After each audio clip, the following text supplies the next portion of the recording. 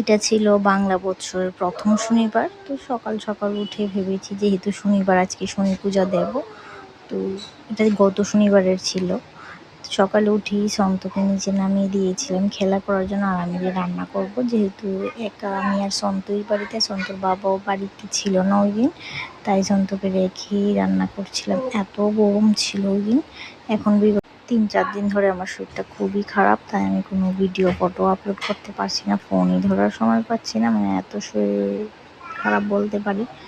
তো ওই দিন ছিল রান্না যেহেতু করব, সন্তুকে রেখে একা একা সব সামলে রান্না করাটা খুবই টাফ ছিল। বাট হ্যাঁ, এখন আমি রান্না করি না যে এমন না, আমি প্রায়ই রান্না করি। সন্তুকে রেখেই কাজকর্ম সারতে লাগে সব, যেহেতু আমি আর সন্তু বাড়িতে একাই থাকি আপাতত। সন্তুর বাবা বাড়িতে থাকলে প্রবলেম হয় না, ও রাখে, নাহলে আমার একটু কষ্ট হয়, এরপরও করতে লাগে।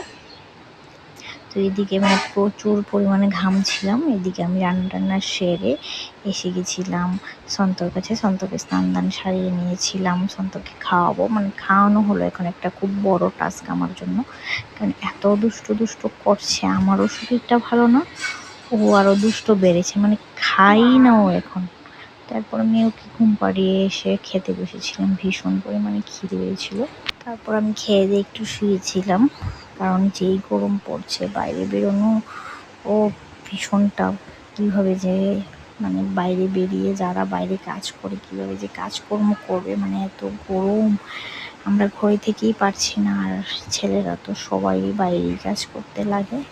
তো ওই দিন রান্না করেছিলাম ঝিঙে আলু দিয়ে কাতল মাছ, কারণ যেহেতু প্রচণ্ড গরম চেষ্টা করি একটু হালকা ফুলকা রান্না করারই, আমি এত বেশি মশলা দিয়ে রান্না করি না, কারণ এমনিতেও তো গরম পেটে ধরে ফেলবে, তাই একদম সিম্পলই রান্না করেছিলাম ঝিঙে আলু আর মাছ দিয়ে ঝোল, আর আমডাল করে গেছিলাম শাশুড়ি মায়। তো এদিকে আমি ভাতটা খেয়ে এসে গেছিলাম ঘরে, ভীষণ গরম ছিল, তো মা পাঠিয়েছিল নাড়ু, আমি একদম খাই নাই নাড়ুগুলো, এরপরও মা পাঠাই, আমি না খেলে কি হয়েছে বাড়ির অন্য লোকেরা খাই, তাই পাঠাই।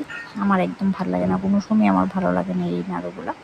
তারপর শনি পুজোর জন্য আমি রেডি ফেডি করে সন্ধ্যার সময় এসে গেছিলাম ছাদে পুজো দেওয়ার জন্য।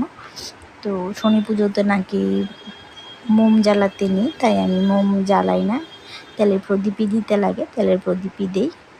আমি জেনেছি যে যে সময় থেকে এরপর থেকে আমার কোনোদিন মোম দেইনি, আমি মোম জ্বালিয়ে রেখেছি উপরে একটা, আর তেলের প্রদীপই দিই। তারপর 9টা 9:30 দিকে সন্ত ঘুমিয়েছিল, পরে ইচ্ছে হচ্ছিল মোমো খাওয়ার, তো আমরা চলে গেছিলাম মোমো সেন্টারে। সিটি সেন্টারের অপোজিটে এই দোকানটা, ভীষণ ভালো মোমো বানায় ওরা, ওদের থেকে আমরা এখন প্রায়ই খাই, খুব টেস্টি হয় ওদিকের মোমো, স্যুপ আর অনেকগুলো চাটনিতে, যার কারণে আমার বেশি ভালো লাগে। তো আমরা মোমো টোমো খেয়ে এসে গেছিলাম প্রায় 10টা বাজে বাড়িতে, খুব ভালো হয়েছে মোমোটা।